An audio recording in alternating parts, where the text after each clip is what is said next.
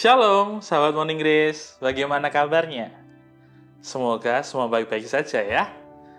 Ya, sebelum kita mendengarkan renungan hari ini, mari kita berdoa terlebih dahulu. Mari kita berdoa.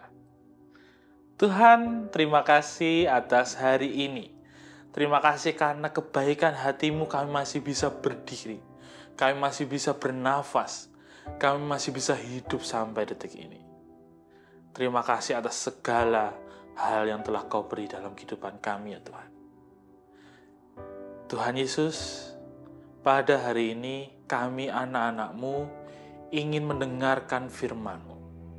Kiranya Tuhan mau membukakan hati dan pikiran kami, sehingga kami bisa menjadi anak-anak-Mu yang mampu mendengar suara-Mu dengan jelas.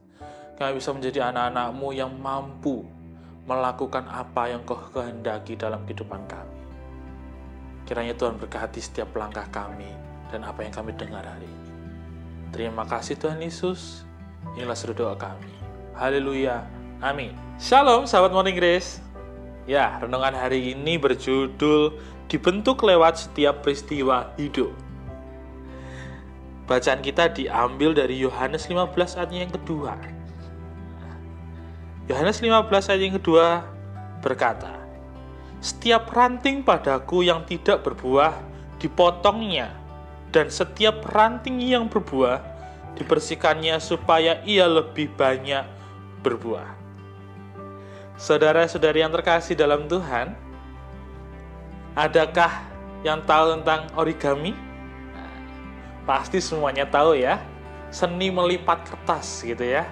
Dari yang tadinya sebuah kertas kosong, jadi tiba-tiba menjadi bentuk pesawat, bentuk bunga, bentuk kapal, hewan, dan berbagai macam lainnya.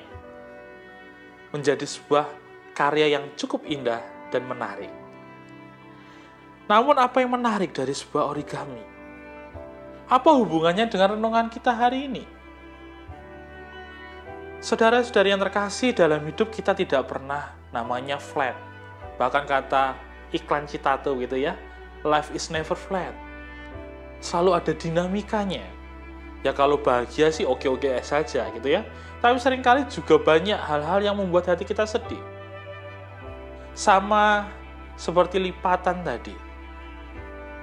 Kertas yang dilipat secara presisi, perlahan. Bagi sang kertas gitu ya, kalau kita ibaratkan menjadi kertas, pasti menyakitkan. Karena dia harus ditekuk. Dia harus merasakan dibentuk, dia harus mengalami hal yang tidak ia sukai. Bukankah itu sama seperti kehidupan kita? Seringkali kita ditekuk oleh Tuhan, seringkali kita dibentuk dan dipaksa oleh Tuhan untuk menjadi sesuatu yang lebih indah.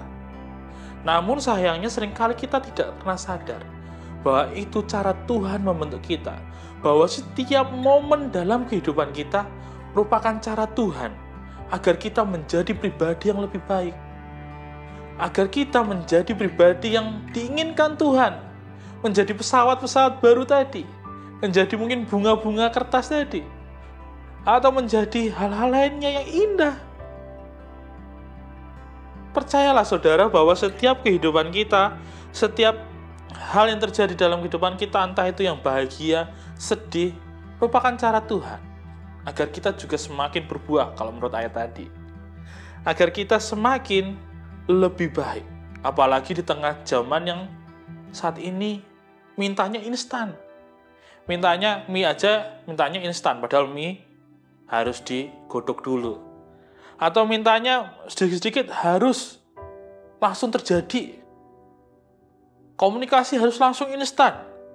Bahkan sukses kalau bisa instan juga gitu ya. Tapi hidup tidak senyaman itu, bukan? Justru melalui setiap peristiwa itu, setiap peristiwa yang tidak instan itu kita belajar banyak hal. Justru kita tahu bagaimana kita harus bersikap. Bayangkan saja kalau segala sesuatunya tiba-tiba langsung tersedia. Kita tidak akan pernah belajar banyak hal. Tapi justru karena kita harus berusaha, maka kita tahu bagaimana mendapatkannya. Saudara-saudari yang terkasih dalam Tuhan, marilah kita menghayati bahwa setiap peristiwa, setiap lipatan, setiap hal yang ada dalam diri kita, itu cara Tuhan membentuk kita.